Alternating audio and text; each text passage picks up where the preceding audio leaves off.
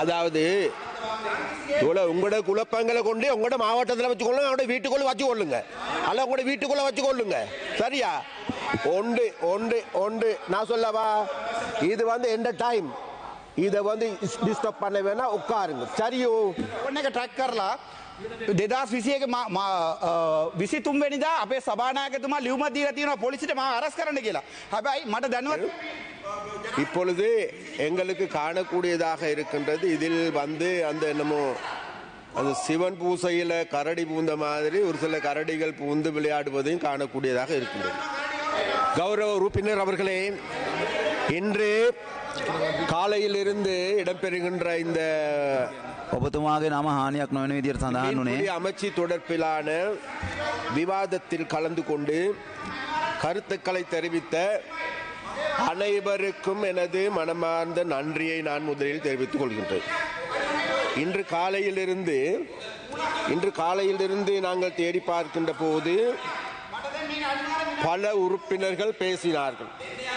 பல உறுப்பினர்களை எடுத்து பார்க்கின்ற பொழுது அவர்கள் அனைவராலும் முன்வைக்கப்படுகின்ற கருத்துக்களை நாங்கள் மிகவும் நல்ல முறையில் அவதானித்தவனாக ஒவ்வொரு பிரச்சனைகளுக்கும் எதிர்வரும் காலங்களிலே நாங்கள் இவைகளை கண்டு தீர்வினை வழங்குவதற்கு ஏதுவான நடவடிக்கை எடுக்கிறேன். அதே போன்று விசேடமாக இன்றைக்கு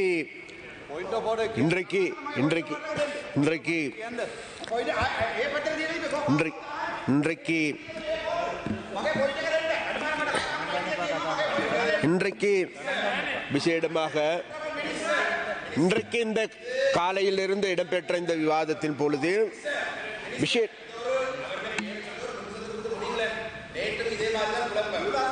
அதாவது உங்களோட குழப்பங்களை கொண்டு உங்களோட மாவட்டத்தில் வச்சுக்கொள்ளுங்க, அவங்களோட வீட்டுக்குள்ள வச்சுக்கொள்ளுங்க, அல்ல உங்களோட வீட்டுக்குள்ள வச்சுக்கொள்ளுங்க. சரியா? ஒன்று ஒன்று ஒன்று நான் சொல்லவா, இது வந்து எந்த டைம் இதை வந்து டிஸ்டர்ப் பண்ண வேணா, உட்காருங்க. சரியோ? சரியா? அதனால சபாநாயகர் அவர்களே, අරයා පොඩ බැඳලා දාන්න මේ කතානායකතුමනි, ලණුවක් දාලා. හරි අනේ යනවා යන්න ඕයි තම්සේ. හරි හරි நீல அதாவது அந்த சரியா? ගරු මන්ත්‍රීතුමා තප්පර 30ක් කාලයක් ගන්න. අයි තප්පර 30ක් පොයින්ට් වෝට් එකේ තියෙන විනාඩියක්. හරි මට කියන්න දැන් 2021 අපේ DCC මීටින් එකක් තිබ්බා 31 වෙනිදා. 2021 මගේ ෆෝන් එක ට්‍රැක් කරලා 2021 23 වෙනිදා අපේ සභානායකතුමා ලියුමක් දීලා තියෙනවා පොලිසියට මාව අරස් කරන්න කියලා. හැබැයි මට දැනුවත් කරලා නැහැ. එදා දවසේ ඉඳන් අපේ සභානායකතුමා කරන්නේ ඕගොල්ලෝගේ මේ ප්ලෑන් එක තමයි මේවා කරන්නේ. ඒක සම්පූර්ණ වැරදි. පොයින්ට් මාව අරස් කරන්න පොඩේ ගරු ඇමතුමා කතාව කරගෙන යන්න.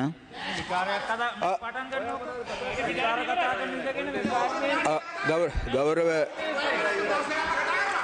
உறுப்பினர் அவர்களே, இன்று காலையிலிருந்தே இடம்பெற்ற இந்த விவாதம் நல்ல முறையில் இடம்பெற்று சொல்கின்றது. அப்ப நல்ல முறையில் இடம்பெற்று செல்லுகின்ற போது இப்பொழுது எங்களுக்கு காணக்கூடியதாக இருக்கின்றது, இதில் வந்து அந்த என்னமோ அந்த சிவன் பூசையில கரடி பூந்த மாதிரி ஒரு சில கரடிகள் பூந்து விளையாடுவதையும் காணக்கூடியதாக இருக்கின்றது. அப்ப அதனால வேண்டி விசேடமாக நாங்கள் ஒரு விடயத்தை சொல்ல வேண்டும். ஏன் கேட்டால் இன்றைக்கு காலையிலிருந்து இடம்பெற்ற விசேடமாக கௌரவ ஜிஜி பொன்னம்பலத்தை எடுத்துக்கொண்டாலும் சரி, அவர்கள் இந்த அமைச்சு சுடற்பிலாக உரையாடுகின்ற போது நல்ல யோசனைகள் முன்வைத்தார்கள். அதே போன்று இங்கே திலீப் வேதாராய்ச்சி எடுத்துக்கொண்டாலும் சரி, எதிர்கட்சியில் இருக்கின்ற ஏனைய உறுப்பினர்கள் எடுத்துக்கொண்டாலும் சரி, எங்களுடைய ஆளும் கட்சி உறுப்பினர்கள் எடுத்துக்கொண்டாலும் சரி, விசேடமாக மட்டக்களப்பை சார்ந்த உறுப்பினர்கள் எடுத்துக்கொண்டாலும் ஒருவரை தவிர மற்றவர்கள் எல்லோருமே மிகவும் நல்ல ஆணித்தரமான கருத்துக்களை முன்வைத்திருக்கின்றார்கள். அந்த கருத்துக்களில் இருந்து ஒரு விடயம் தெரிகின்றது. கடைசியாக பேசிய எங்களுக்கு எல்லோருக்கும் ஆக்டர் அப்புவாமி என்கின்ற ஒரு எம்பி பேசினார். அவர் பேசுகின்ற பொழுது எங்களுக்கு எல்லோருக்கும் காலையிலிருந்து நான் பார்த்து கொண்டிருந்தேன், காலையிலிருந்து அவர் இதில் கலந்து கொள்ளவில்லை. காலையிலிருந்து இருக்கவில்லை, மாலை இப்பொழுதுதான் வந்தார். வந்தவுடன் ஏதோ இரவு முழுவதும் தூங்கி முழித்தவன் போன்று பேசிக்கொண்டு ஓடுகின்ற ஒரு போக்கு இருக்குது. ஏனென்றால் காலையிலிருந்து நாங்கள் பார்க்கின்ற பொழுது இந்த விவாதம் இடம்பெறுகின்ற பொழுது, இந்த விவாதத்தில் கருத்துக்கள் வருகின்ற பொழுது, அந்த கருத்துக்கள் தொடர்பாக எதிர்வினையாற்றிய சம்பந்தமாக எங்களுடைய பாராளுமன்ற உறுப்பினர்கள் அவைகளுக்கு பதில் வழங்கினார். அவ்வாறு வழங்கி இருக்கின்ற போது மறுபடியும் அதே வார்த்தைகளையும் அதே குற்றச்சாட்டுக்களையும் வெறுமனே முன்வைக்கின்ற நபர்களாகவே இன்றைக்கு விசேடமாக அந்த எதிர்க்கட்சியை சார்ந்த உறுப்பினர்கள் இருக்கின்றார்கள். அதனால் நான் ஒரு விடயத்தை சொல்ல வேண்டும் இந்த இடத்தில். என்னவென்றால், விசேடமாக நான் இன்றைக்கு இந்த அமைச்சை பொறுப்பேற்று இன்றைக்கு 4 மாதங்கள் தான் ஆகுகின்றது கௌரவ உறுப்பினர் அப்படி. ஆனால் இப்பொழுது இந்த அமைச்சு இந்த பாராளுமன்ற உறுப்பினர்கள் பேசுவதை பார்க்கின்ற பொழுது என்னமோ கடந்த காலம் முழுவதும் நாங்கள் தான் இதில் ஆட்சி பீடத்தில் இருந்தது போன்றும், நாங்கள் தான் இந்த மீன்பிடி அமைச்சர் செய்தது போன்றும் இவர்களால் எங்கள் மீது குற்றச்சாட்டுகள் முன்வைக்கப்படும். அதனால் அது தொடர்பாக நான் அலட்டிக் கொள்ளப் போவதில்லை. என்ன ஒரு கதையும் சொல்வேன்னா, தூற்றார் தூற்றட்டும், போற்றுவோர் போற்றட்டும், நான் செல்லும் வழி நேர்வழியாகட்டும் என்ற சித்தாந்தத்தின் அடிப்படையில் எனக்கு நம்பிக்கை இருக்கின்றது. இவர்கள் என்ன கேடு கட்டு என்னத்தை சத்தம் போட்டாலும் கூட விசேடமாக இன்றைக்கு மீனவர்களுடைய பிரச்சனை சம்பந்தமாக, கடல் தொழிலாளர்களுடைய பிரச்சனை சம்பந்தமாக, அது வடக்கா கிழக்கா தெற்கா என்றல்ல, அதாவது மீனவர்கள் 15 සභාපතිතුමිය මූලාසනයට පැමිණෙනවා. Order please.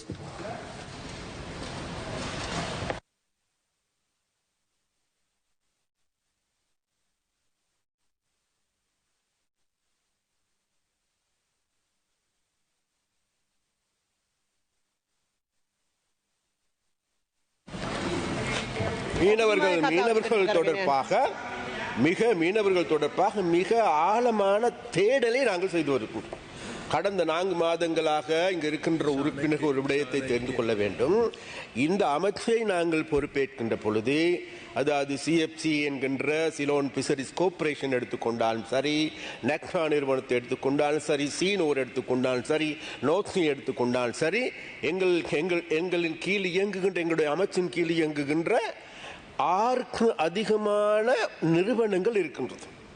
அந்த அனைத்து நிறுவனங்களுடைய செயற்பாடுகளையும் மீளாய்வு செய்து அங்கிருக்கின்ற அதிகாரிகளோடு ஆழ்ந்த உரையாடலை செய்து அவர்களோடு சேர்ந்து இன்றைக்கு நாங்கள் இந்த மீன்பிடித்துறையை, கடல் தொழிலை கட்டியெழுப்புவதற்கான புதிய வேலை திட்டத்தை நாங்கள் தயாரித்திருக்கோம். அப்ப அந்த வேலை திட்டத்தை தேடுகின்ற போது எங்களுக்கு தெரிகின்றது, இந்த நிறுவனங்கள் அனைத்துமே இன்றைக்கு உடைந்து விழுந்து சீரழிந்து போன ஒன்றாகவே இருக்கின்றது. நாங்கள் சொல்லுகின்றோம், இலங்கையை சுற்றி 200 மைல் கடல், விசாலமான கடல் இருக்கின்றது, கடலில் மீன்கள் இருக்கின்றது, ஆனால் எங்களுக்கு சாப்பிடுவதற்கு மீன் இல்லை என்கின்ற குற்றச்சாட்டை நாங்கள் ஒவ்வொரு நாளும் சொல்லிக் கொண்டு வருகின்ற ஒரு விடயம் இருக்கின்றது. ஆனால் நாங்கள் தேடி பார்க்கின்ற பொழுது அதற்கே உரிய அமைச்சுக்கள் இருந்தது, நிறுவனங்கள் இருந்தது. அந்த நிறுவனங்கள் ஊடாக இந்த செயற்பாடுகளை நல்ல முறையில் இது நாள் வரைக்கும் இருந்தவர்கள் முன்னெடுத்தார்களா என்று தேடி பார்க்கின்ற பொழுது மிகவும் கவலையாக இருக்கின்றது. பிரதி குழுக்களின் தவிசாளர் அவர்களே, எங்களுடைய ஒவ்வொரு நிறுவனங்களை நாங்கள் தேடி பார்க்கின்ற பொழுது 1000 மில்லியனுக்கு அதிகமாக கடன் பொறியில் சிக்கி கிடக்கின்றது. 600 மில்லியனுக்கு அதிகமாக வாங்கி, அதாவது தொழிலாளர்களுக்கு வழங்க வேண்டிய இபிஎஃப் நிதியை கூட செலுத்த முடியாத நிலைக்கு தள்ளி வைத்திருக்கின்றார்கள். வாங்கிய கடனும் வாங்கியிருக்கின்றார்கள், வங்கியில் கடனும் பெற்று கடனையும் திருப்பி செலுத்த முடியாத ஒரு நிறுவனங்களாகவே இன்றைக்கு இந்த நிறுவனங்கள் இருக்கின்றது. அந்த வகையில் நாங்கள் ஒரு விடயத்தை சொல்லிக்கொள்ள வேண்டும். இந்த நிலையில் இருந்து எங்களுடைய இந்த மீன்பிடித்துறை அமைச்சை கட்டியெழுப்ப வேண்டிய தேவை, கடப்பாடு எங்களுக்கு இருக்கின்றது. அந்த கடப்பாட்டின் பொழுது இங்க இருக்கின்ற ஒவ்வொரு உறுப்பினர்களும் சுட்டிக்காட்டியது போன்று இந்த நாட்டில் இருக்கின்ற மக்கள் எங்களுக்கு பெருவாரியான வாக்குகளை அளித்தது உண்மை. அதற்கு விசேடமாக வடக்கில் இருக்கின்ற மீனவர்கள் மீன்பிடி வாழ்கின்ற மக்கள், கடற்தொழிலாளர்கள் பெருவாரியான ஆதரவை கொடுத்தது உண்மை. நாங்கள் மீண்டும் இந்த இடத்தில் சொல்லுகின்றேன், கௌரவ பிரதி குழுக்களின் தவிசாளர்களை இந்த சபையில் இருந்து சொல்லுகின்றேன், அந்த மீனவ மக்கள் எங்கள் மீது வைத்த நம்பிக்கைக்கு கடுகளவேனும் தீங்கு விளைவிக்க மாட்டோம் என்கின்ற உறுதிமொழியை இந்த பாராளுமன்றத்தில் இருந்து வடக்கில் வாழுகின்ற மீனவர்களுக்கு நாங்கள் சொல்லுகின்றோம். ஏனென்றால் வடக்கில் வாழுகின்ற மீனவர்களோடு மற்றவர்கள் போன்று சும்மா ஓடி விளையாடுகின்ற விளையாட்டு பிள்ளைகள் அல்ல. நாங்கள் அங்கிருக்கின்ற மக்களோடு, மீனவர்களோடு நேரடியாக சென்று வாழ்கின்றவர்கள். அங்கிருக்கின்ற மீனவர்களோடு சென்று ஒன்றாக அவர்களுடைய சாப்பாட்டையா அவர்களுடைய தேநீரையா அருந்தி அவர்களோடு வாழ பழகி இருக்கின்றவர்கள். அந்த வகையில் விசேடமாக இன்றைக்கு வடக்கில் வாழுகின்ற மீனவர்கள் அவர்களுடைய பிரச்சனைகளை நல்ல முறையில் நாங்கள் இனக்கண்டு கொண்டிருக்கின்றோம். அந்த மீன்பிடித்துறையை கட்டி எழுப்புவதற்கு இன்றைக்கு எங்களுக்கு தேவைப்படுகின்ற அடிக்கட்டுமான அந்த அடிக்கட்டுமான வேலைகள் அனைத்தையும் செய்வதற்கு இது எனக்கு போதிய நேரம் இல்லை. இருந்தாலும் படிப்படியாக ஒவ்வொரு விடயங்களை நாங்கள் எங்களுக்கு மயில்ட்டு துறைமுகத்தை எடுத்துக்கொண்டாலும் சரி, எங்களுடைய பாயிண்ட் பீடு துறைமுகத்தை எடுத்துக்கொண்டாலும் சரி, மன்னாரில் இருக்கின்ற பேசாலை துறைமுகத்தை எடுத்துக்கொண்டாலும் சரி, முல்லைத்தீவில் இருக்கின்ற துறைமுகங்கள் எடுத்துக்கொண்டாலும் சரி, எல்லா துறைமுகங்களையும் பேசாலை, அதாவது விசேடமாக முல்லைத்தீவு மாவட்டத்தை எடுத்துக்கொண்டால் எங்களுக்கு எல்லோருக்கும் வட்டுவாகல் பாலம் என்பது தொழில் பிடிப்பதற்கு நல்லது ஒரு இடம், நல்லது ஒரு குளம் என்பது எல்லோருக்கும் நன்றாக தெரியும். அந்த இடத்தை புனர் நிர்மாணம் செய்கின்ற வேலையை நாங்கள் முன்னெடுத்து வந்திருக்கின்றோம். அது மாத்திரமல்ல பிரதி குழுக்களின் தவிசாளர் அவர்களே, இன்றைக்கு அது மாத்திரமல்ல, நேற்று முதல் நாள் எங்களுடைய அமைச்சின் கீழ் நாங்கள் மாவட்டங்களில், அதாவது 9 மாகாணங்களில் இருக்கின்ற மாகாண செயலாளர்களை அழைப்பித்து அந்தந்த மாகாணங்களில் இருக்கின்ற பிரச்சனை தொடர்பாக அந்தந்த மாகாணங்களில் மீன்பிடி துறையை கட்டி எழுப்புவதற்கு, அது நன்னீர் பிடிக்கான் அல்லது ஏனைய அலங்கார மீன்பிடித்துறையான், இவைகளை கட்டி எழுப்புவதற்கு ஏதுவான நடவடிக்கைகள் எப்படி எடுக்க வேண்டும் என்று அவர்களோடு ஆழ்ந்த உரையாடலை செய்தோம். அதன் பொழுது எனக்கு ஒரு உண்மை தெரிய வருகின்றது. வேறுமில்ல, இந்த கடல் தொழில்துறையை மாத்திரம் சரியான முறையில் கட்டி எழுப்புவோமாக இருந்தால் எமது நாட்டை இதைவிட ஒரு மாற்றமான இடத்திற்கு கொண்டு செல்ல முடியும் என்கின்ற திடமான நம்பிக்கை எங்களுக்கு இருக்கின்றது. அந்த நம்பிக்கையின் அடிப்படையில் கௌரவ ஸ்ரீ நேசன் அவர்கள் கேட்டுக்கொண்டது போன்று நாங்கள் மட்டக்களப்பு மாவட்டத்திற்கும் அம்பாறை மாவட்டத்திற்கும் திருகோணமலை மாவட்டத்திற்கும் அண்மையில் செல்ல முடியாது போய்விட்டது. நிச்சயமாக அங்கிருக்கின்ற மீனவர்களையும் சந்திப்பதற்கும் அங்கிருக்கின்ற மீனவர்களை கண்டு அவர்களுடைய பிரச்சனைகளை ஆராய்வதற்கும், அது மாத்திரமல்ல அந்த பிரச்சனைகளை தீர்ப்பதற்கு எங்களால் இயன்ற உயர்ந்த பட்ச ஒத்துழைப்பை வழங்குவதற்கும் நாங்கள் தயார் என்பதை இந்த இடத்தில் கூறிக்கொண்டு, அதே போன்று இந்த அமைச்சு தொடர்பாக நாங்கள் பேர்க்கின்ற போது இந்த வரவு செலவு திட்ட விவாதத்தின் போது எங்களுடைய அமைச்சில் இருக்கின்ற செயலாளர்கள், அதில் இருக்கின்ற பணிப்பாளர்கள், அதில் இருக்கின்ற டிஜி ஜெனரல் எல்லாரும் எடுத்துக்கொண்டாலும் கூட அனைவருடைய ஒத்துழைப்பு மிக அபரிமிதமாகவே எங்களுக்கு கிடைக்கும். அதனால் முதற்கு அவர்களுக்கு எங்களுடைய நன்றியை நாங்கள் தெரிவித்துக் கொள்கின்றோம். கௌரவ பிரதி குழுக்களின் தவிசாளர் அவர்களே, இந்த அமைச்சு என்பது முக்கியமான அமைச்சு என்பதில் எந்த வாத விவாதங்களும் கிடையாது. இன்று காலையிலிருந்து கருத்துக்களை தெரிவித்த அனைத்து பாராளுமன்ற உறுப்பினர்கள், அது எதிர்க்கட்சியாக இருந்தாலும் சரி, அதே போன்று எதிர்க்கட்சியாக இருந்தாலும் சரி, ஆளும் கட்சியாக இருந்தாலும் சரி, அனைவரும் உண்மையிலேயே மிகவும் ஆணித்தரமான நல்ல கருத்துக்களை வழங்கியிருக்கின்றார்கள், நல்ல ஆலோசனைகளையும் வழங்கியிருக்கிறார்கள். அந்த வகையில் விசேடமாக நான் ஒரு விடயத்தை மாத்திரம் கடைசியாக சொல்லிக்கொள்ள வேண்டும். விசேடமாக இன்றைக்கு இந்த இதுகளை நாங்கள் பற்றி பேசுகின்ற போது ஒரு சில இவர்கள் சொன்னார்கள், அதாவது இன்றைக்கு நாங்கள் நிதி ஒதுக்கீடு செய்கின்ற பொழுது எரிபொருளுக்கான நிதி கிடைக்கவில்லை, படகுகளுக்கு கிடைக்கவில்லை. அதில் முற்றிலும் பொய்யான தகவல். எங்களுடைய அறிக்கையின்படி கடந்த காலங்களில் மாத்திரம் நாங்கள் அதாவது 31,000 143 படகுகள் பல்லின படகுகள் பதிவாகி இருக்கின்றது.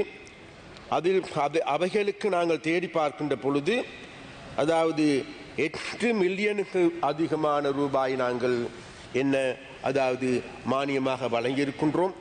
அப்போ அது மேலும் மானியம் வழங்குவதற்கு நாங்கள் தயாராக இருக்கின்றோம். மானியம் வழங்குகின்ற பொழுது ஒரு பிரச்சனை இருக்கின்றது. அதாவது மானியம் வழங்குகின்ற போது அந்த மானியங்களை பெற்றுக்கொள்வது மாத்திரமல்ல, அவர்கள் மாதாந்தம் புதுப்பிக்க வேண்டிய தேவை இருக்கின்றது. அந்த புதுப்பிக்காததன் காரணமாக இன்றைக்கு பல்வேறு தடைகள் ஏற்பட்டிருக்கிறதும் தெரிகின்றது. அது மாத்திரமல்ல, இந்த கணக்கு வழக்கு வங்கிகள் ஊடாகவே இடம்பெறுகின்றது. நாங்கள் வங்கிகளுக்குத்தான் எங்களுடைய பணத்தை அனுப்பி வைக்கின்றோம்.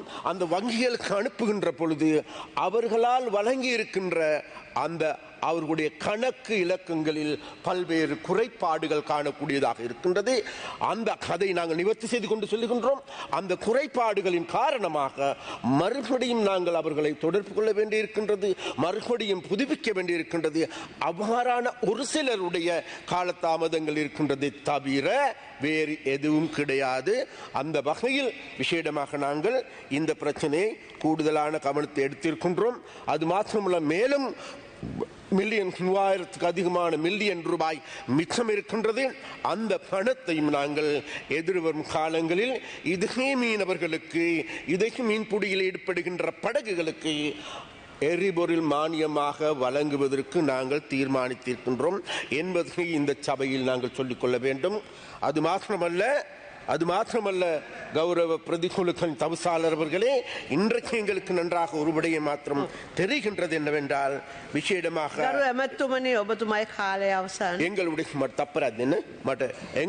எங்களுடைய விசேடமாக நாங்கள் ஒரு விடயத்தை கடைசியாக சொல்லிக்கொள்ள வேண்டும். இந்த அமைச்சில் விசேடமாக இந்த நடவடிக்கைகளை முன்னெடுப்பதற்கு எங்களுடைய செயலாளர், அதே போன்று எங்களுடைய பணிப்பாளர்கள், எங்களுடைய இயக்குநர்கள் அனைவருடைய ஒத்துழைப்பு, விசேடமாக எங்களுடைய ஊழியர்களுடைய ஒத்துழைப்பு அபரிமிதமாக கிடைத்தது. அதனால் அவர்களுக்கும் எங்களுடைய மனமார்ந்த நன்றியை நாங்கள் தெரிவித்துக் கொள்கின்றோம். அதே போன்று எங்களுடைய பிரதி அமைச்சர் இது தொடர்பாக இரவு பகலாக செயற்பட்டு இருக்கின்றார் என்பது இந்த இடத்தில் சுட்டிக்கொண்டு கொண்டு, விசேடமாக எங்களுடைய உறுப்பினர்கள் அனைவரும் ஒன்று சேர்ந்து விசேடமாக இன்றைக்கு இருக்கின்ற இந்த 2 அமைச்சுக்கள் பேசப்பட்ட போதிலும் கூட நாங்கள் எங்களுடைய அமைச்சு என்பது நாங்கள் எல்லோரும் ஒன்று சேர்ந்து இருக்கின்ற அமைச்சு. அதே போன்று கடைசியாக ஒரே ஒரு வார்த்தை எங்களுடைய கலப்பத்தி தோழர் அவர்களை பற்றி, எம்பியை பற்றி பலர் எங்கள் இடத்துல குற்றச்சாட்டுகளை முன்வைத்தார். நான் ஒரு விடயத்தை சொல்லுகின்றோம். கலப்பத்தி என்பவர் கலப்பத்தி කියලා කියන්නේ අපි අයියා කෙනෙක්වත්.